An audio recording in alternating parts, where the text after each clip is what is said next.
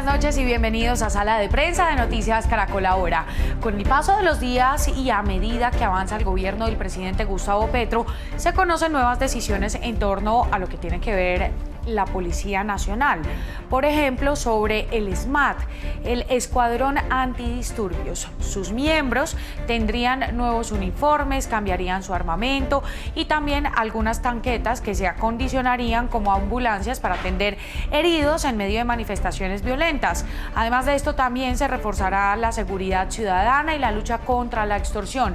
Pues hoy en Noticias Caracol hablamos con el nuevo director de la institución, el general Henry Zanabria, quien habló sobre estos y otros temas. Esta sería la nueva imagen del grupo antidisturbios que hoy se conoce como SMAT y que de aprobarse la propuesta del nuevo director de la policía, general Henry Zanabria, también sufriría un cambio radical en su nombre. ¿Se va a seguir llamando SMAT?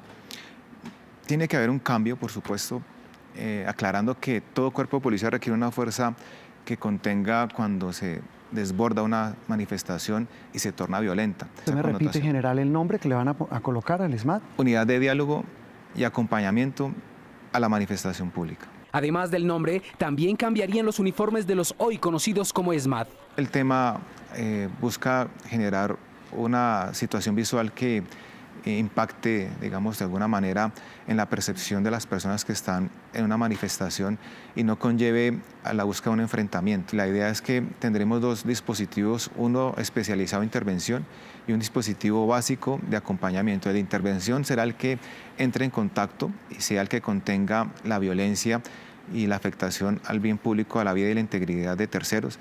Y el básico de acompañamiento será el que de alguna manera modere y de alguna forma acompaña a los policías. Los vehículos del hoy conocido SMAT también tendrán cambios radicales, como por ejemplo en el color, que ya no será el tradicional negro.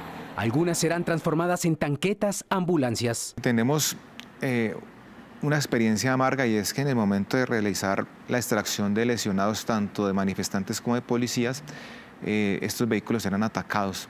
Tuvimos la destrucción de por lo menos unas 6 ambulancias, por lo tanto, unos de estos vehículos serán ambulancias para efectos de pensar en la extracción de personas.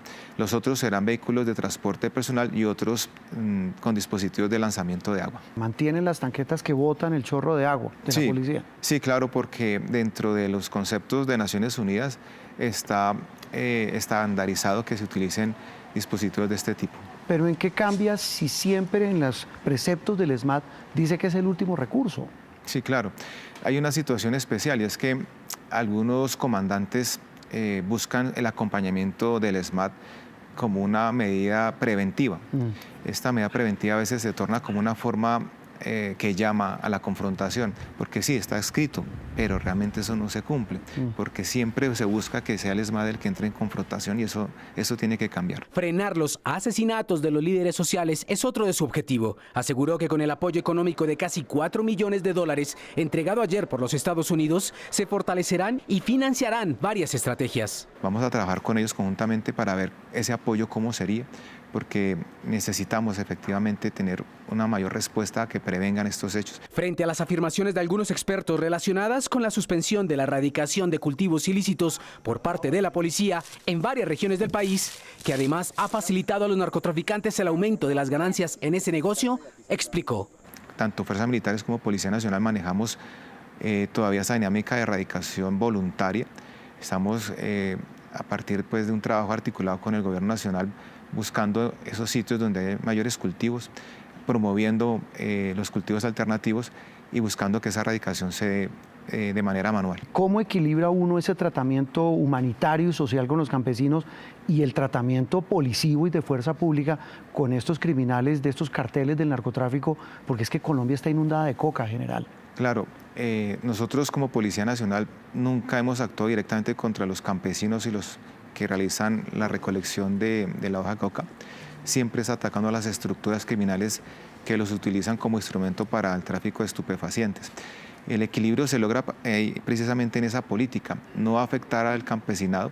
De hecho, tenemos que ganarnos a los campesinos para que la protección al medio ambiente sea lo que de alguna manera lleve a estas personas a cambiar de actividad. Resaltó que el plan de estudios para que un suboficial o miembro del área administrativa quiera ser general ya está en marcha. y ya tenemos incluso en ese momento cerca de 300 muchachos adelantando ese curso oficial, y ya hay varios que se han desde el año 2000 inscrito y han pasado a ser oficiales. Y ya vienen más, o sea, van a empezar a ampliar ese cupo. Claro, claro. De hecho, ahorita va a ascender a general un señor coronel que fue agente. Además, el general Sanabria anunció que estudia la posibilidad de hacer una solicitud al gobierno nacional para que le permitan aumentar el número de uniformados en las filas de la Policía Nacional. Y es que sin duda los cambios que se vienen al interior de la Policía Nacional pues serán claves en las nuevas estrategias de seguridad ciudadana en la lucha contra el crimen y también contra el narcotráfico, entre otros. Y por eso, para analizar estos cambios, pues hemos invitado al exsecretario de Seguridad de Bogotá, Hugo Acero, y también a Andrés Macías, que es profesor de la Universidad Externado de Colombia y experto en temas de paz y conflicto. Ambos bienvenidos. Hugo, bienvenido a Sala de Prensa. Buenas noches. Buenas noches, Daniela, y igualmente para Andrés, buenas noches. Profesor, buenas noches, bienvenido a Sala de Prensa. Buenas noches, Daniela, y un gusto estar aquí con Hugo, que es un gran conocedor de estos temas. Bueno, empiezo con Hugo, porque exsecretario, usted cómo ve estos cambios pues, que se anuncian para el SMAT, o hasta hoy conocido como Escuadrón Antidisturbios? Bueno, lo primero es que digamos, hay experiencia suficiente, digamos, en la policía y en las administraciones, inclusive para asumir estos cambios. Yo creo que van a ser importantes, creo que apuntan a un proceso de profesionalización. Los cambios de formas, los colores, los nombres, yo creo que el fundamento está en los procesos de formación y profesionalización. Cualquier fuerza, digamos, o unidad más bien, para no hablarlo de fuerza, porque realmente son unidades de contención, se requieren, digamos, en cualquier lugar del mundo en términos de ciudad. No es solamente en términos de la protesta pacífica que hay que proteger, sino también la protesta pacífica que finalmente termina en violencia, y algunos casos en donde ni siquiera son protestas.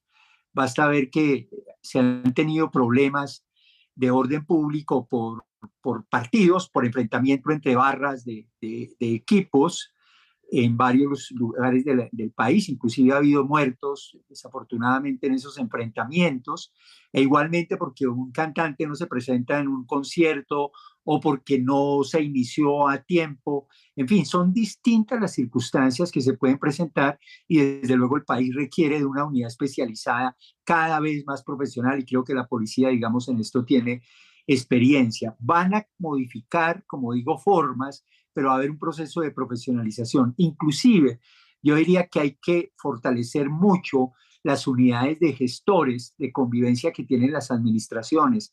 Bogotá tiene un buen número, y tienen buen número de hombres y mujeres dedicados precisamente a mediar conflictos. Yo creo que eso va a ser fundamental en estos cambios que propone, en este caso, el nuevo gobierno y en particular el director de la policía.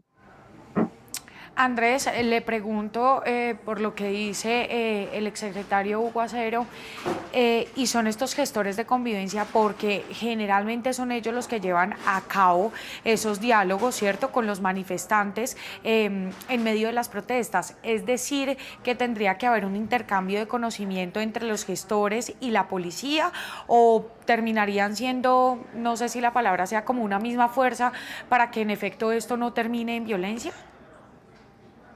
Bueno, pues Daniela, lo que tú mencionas claramente es uno de los retos que tendrá este proceso que está liderando el general Sanabria, porque es que precisamente estos gestores existen en algunos territorios, pero no existen en todos. Y no están supeditados a la policía, sino están o hacen parte de la estructura en el caso de Bogotá, de la administración local. Cuando tú mencionas que esta unidad, como también lo mencionó el general Sanabria, está buscando que haya una unidad que promueva el diálogo, hay unas lecciones que se pueden aprender de estos gestores de Bogotá y de las grandes ciudades que tienen la capacidad para tener estos grupos de personas focalizadas en resolver conflictos, en resolver tensiones por medio del diálogo, pero esta unidad no va a estar supeditada a una administración local, sino va a ser parte de la Policía Nacional, o así lo entendemos por ahora. Entonces, yo creo que sí va a haber mucho por aprender por parte de esta nueva unidad, de la experiencia de los gestores de las grandes ciudades de Bogotá, pero de las grandes ciudades del país, pero también se va a poder aprender de otras experiencias donde haya fuerzas similares que también promuevan el diálogo para solucionar estos roces, estas tensiones entre los ciudadanos. porque es que como lo mencionaba Hugo, el problema que enfrentan estas unidades como el ESMAD no se va a acabar. Es necesario que una unidad similar exista para controlar disturbios. Ahora habría que ver cómo lo va a hacer. Y tal como lo planteó el general Sanabria, están fortaleciendo mucho más el diálogo, están motivando mucho más el diálogo y no tanto la confrontación. Y ahí yo creo que hay mucho por aprender porque esa es una tarea que por lo menos el ESMAD no estaba o no tenía mucha experiencia en ese sentido. Sí, y es que, Hugo, justamente sobre esto de cómo controlar esos enfrentamientos tampoco se nos puede olvidar ni al gobierno cuando Gustavo Petro fue alcalde, ¿no? Que tuvo que confrontar muchos de estos enfrentamientos justamente con el escuadrón antidisturbios. Y aunque su objetivo sea promover justamente el diálogo en caso de un enfrentamiento o de que haya violencia, entonces, ¿cómo tendría que responder? De hecho, digamos que Bogotá y las ciudades han avanzado. Recuerden que por una orden judicial, tanto el gobierno nacional como el gobierno distrital tuvieron que sacar unos protocolos en conjunto con la policía en donde se definían unos pasos. Precisamente por eso decía que ya hay una experiencia, digamos, avanzada. Desde luego, una cosa, digamos, es el discurso en campaña, una cosa es el discurso político y otra cosa es gobernar. Es,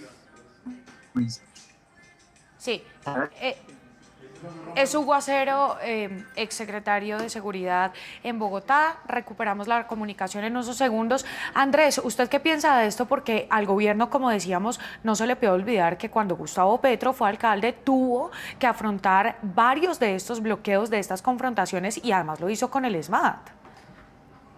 Así es, y yo creo que hacia allá iba Hugo con su intervención, y es que es muy diferente criticar o analizar la intervención del ESMAD frente a una situación en la cual está llamado a intervenir, a ser la persona encargada de dirigir esa intervención, porque es que cuando ya se llega al gobierno, sobre todo un gobierno regional o un gobierno territorial, no es tan fácil lograr establecer cuándo debe intervenir el ESMAD, cuándo no, sobre todo porque hay en nuestra infraestructura nacional hay un tema que no se ha logrado resolver del todo y es esa figura de primera autoridad de policía, porque tenemos a ese alcalde o ese gobernador que es la primera autoridad de policía, pero tenemos una policía nacional que responde a un orden nacional, pues de ahí su nombre, y no a un orden regional. Y en ese sentido, la Policía Nacional, que es el actor que presta el servicio de policía, no es lo mismo que el servicio de policía que dirige un alcalde o un gobernador como primera autoridad de policía, y ahí hay un tema que no se ha logrado resolver y por eso resulta muy difícil cuando un gobernante nuevo llega al orden territorial a tratar de lidiar con este tipo de intervenciones. Esos roces no se han logrado resolver. Y pues, ¿qué hacer o cómo enfrentarlo? Muchas veces esos alcaldes o gobernadores, cuando llegan a asumir esa responsabilidad, por más que quieran no sacar al ESMAD, como se dice popularmente, es muy difícil que ante una situación de disturbio violento no lo hagan porque es que es el único instrumento que hay que se creó precisamente para tener una unidad especializada y no para utilizar a la policía que tiene unas funciones muy amplias y unas unidades y unas direcciones muy amplias que no están entrenadas para ello. Aquí lo que se busca es que haya una unidad o un actor o un cuerpo especializado por parte de la policía para intervenir adecuadamente cuando se requiera.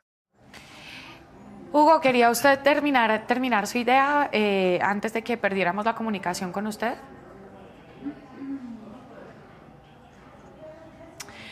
Nos volvemos a conectar con el exsecretario de Seguridad, Hugo Acero. Sí. Lo que ha planteado Andrés, ¿me oye? Sí, sí, lo escucho bien. Bueno, entonces recojo lo que venía diciendo sí. Andrés. ¿No? Sí, bueno, lo escucho bien. Recojo lo que venía diciendo Andrés. Es que, diga el alcalde, en este sentido, lo que se plantearon, y es que los protocolos casi que le decían a los alcaldes, ustedes son los que van a ordenar la operatividad, la acción del ESMAD. Y realmente la Constitución y la ley en eso es completamente claro. Los alcaldes y gobernadores tienen órdenes de policía hacia la policía, que desde luego deben cumplir, y esas órdenes se refieren a, mire, nosotros, el alcalde dice, yo le ordeno que desbloquee esa vía, yo le ordeno que detenga ese enfrentamiento entre las barras bravas de los equipos, yo le ordeno que disuelva esa manifestación violenta que se está presentando en este momento. La policía, por su conocimiento y su profesionalismo, es la que dispone qué unidad y qué atención desde el punto de vista de las unidades de policía va a desplegar para cumplir esa orden de policía. Yo creo que en ese sentido se podría aclarar, no es el alcalde el que ordena, digamos, el tema del uso del SMAP, y en este sentido, pues desde luego la policía seguirá con los protocolos de, primero, tener una presencia policial preventiva, de garantía de la protesta, de garantía de la manifestación. Segundo, podría tener una fuerza disponible en caso de que se presenten unos primeros roces, y si ya completamente por los hechos que se presentan es inevitable utilizar una fuerza de contención como lo es ahora el SMAT,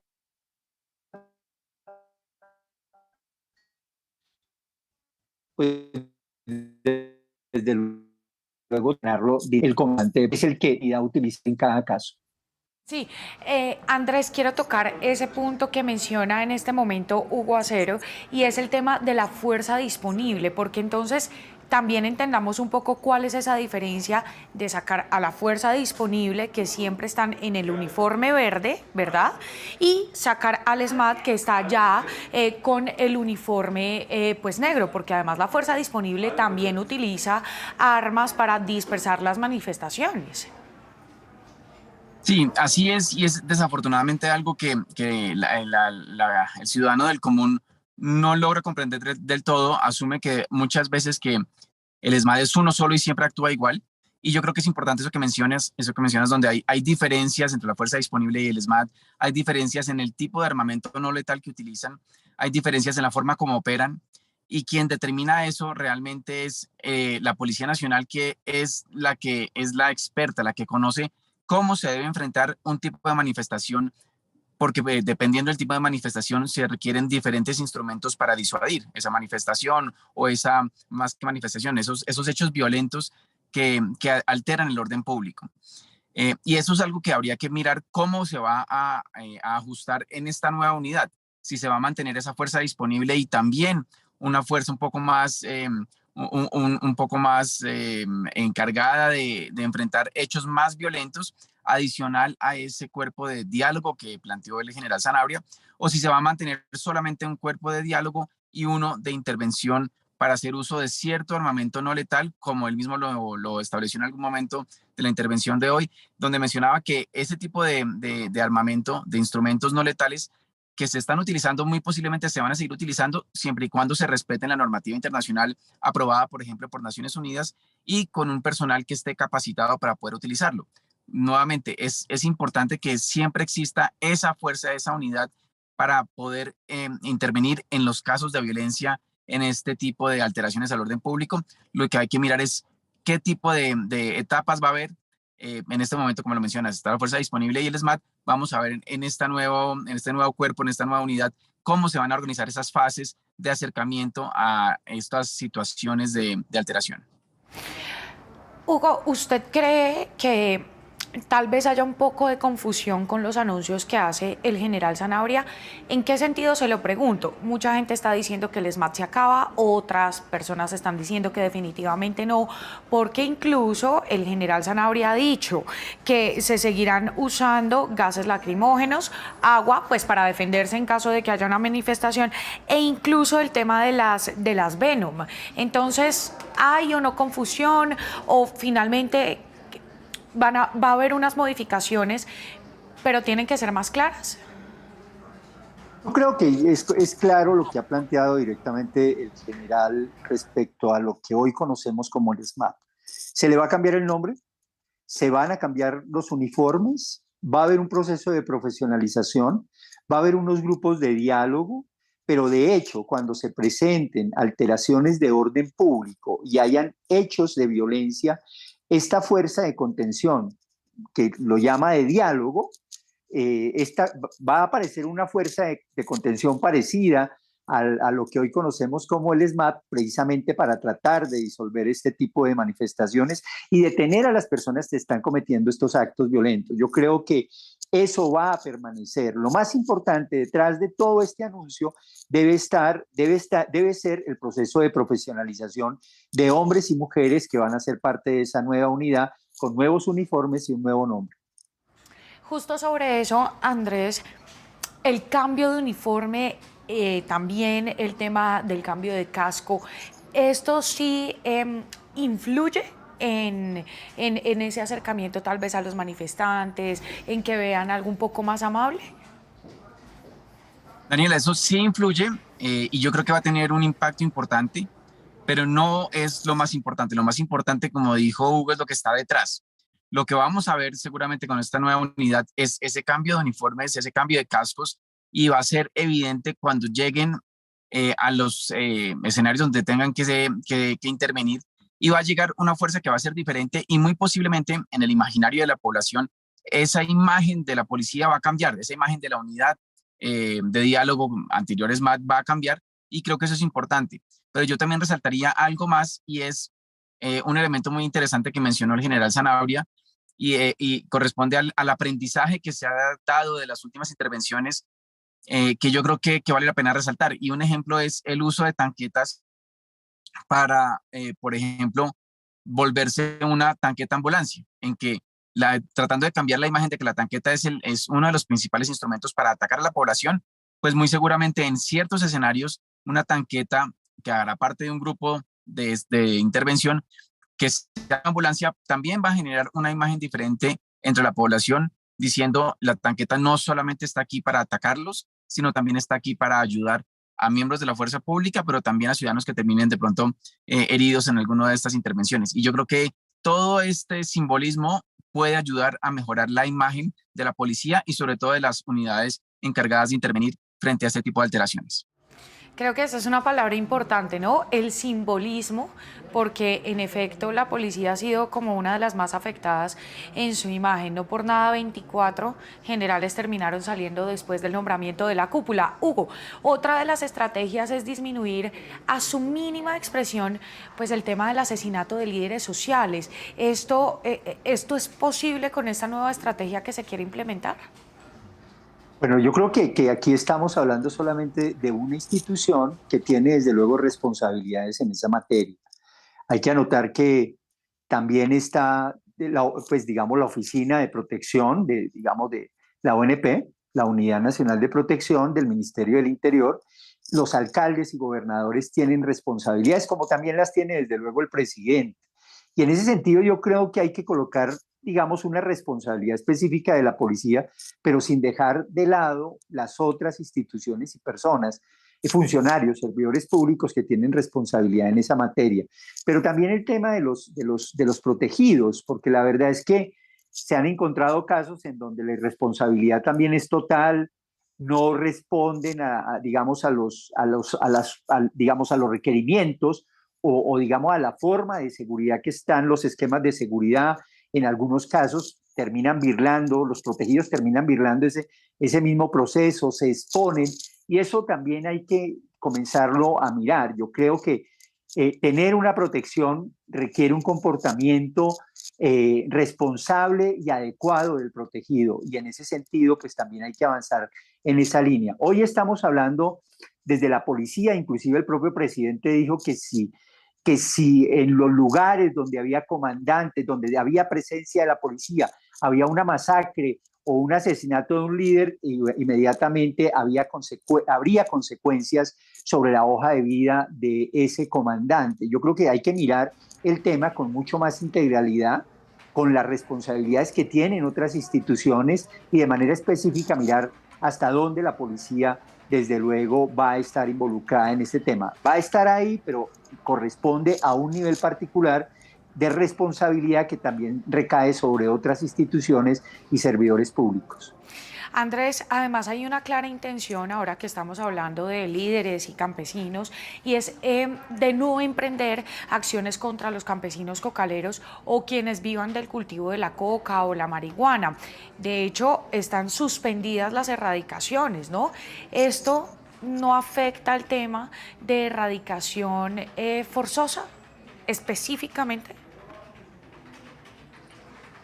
Sí va a tener una afectación importante, sobre todo porque en muchos de esos territorios donde se realiza este tipo de erradicación, la presencia de la fuerza pública en general, bien sea de fuerzas militares o de policía, ha generado un enorme rechazo por parte de la población, porque son medidas que buscan castigar a quien está cultivando, pero sobre todo a una persona que está cultivando, porque en muchos casos no se le ofrece una alternativa mejor a ese cultivo ilícito, porque ese cultivo ilícito tiene un rendimiento muy alto y no hay otro producto que lo pueda reemplazar.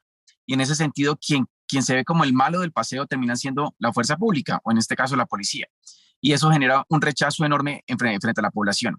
La medida que ha establecido el gobierno actual de evitar ese tipo de erradicación forzosa puede estar dirigido a eso, a tratar de evitar esa confrontación entre la población y la fuerza pública por ese nudo que hay alrededor de un cultivo ilícito que no tiene reemplazo y que el Estado a través de la policía está llamado a castigar.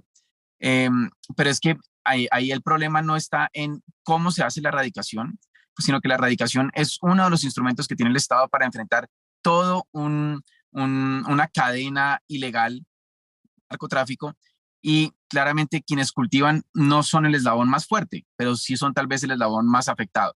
Y en ese sentido yo creo que deberíamos mirar esta estrategia como una estrategia más de una política mucho más interesante, mucho más importante, encaminada a acabar con este delito, pero no tenemos que tampoco caer en la pelea donde la policía termina siendo el malo del paseo, y si la policía no lo hace, entonces los cultivos se van a aumentar. Yo creo que esa no debería ser la discusión.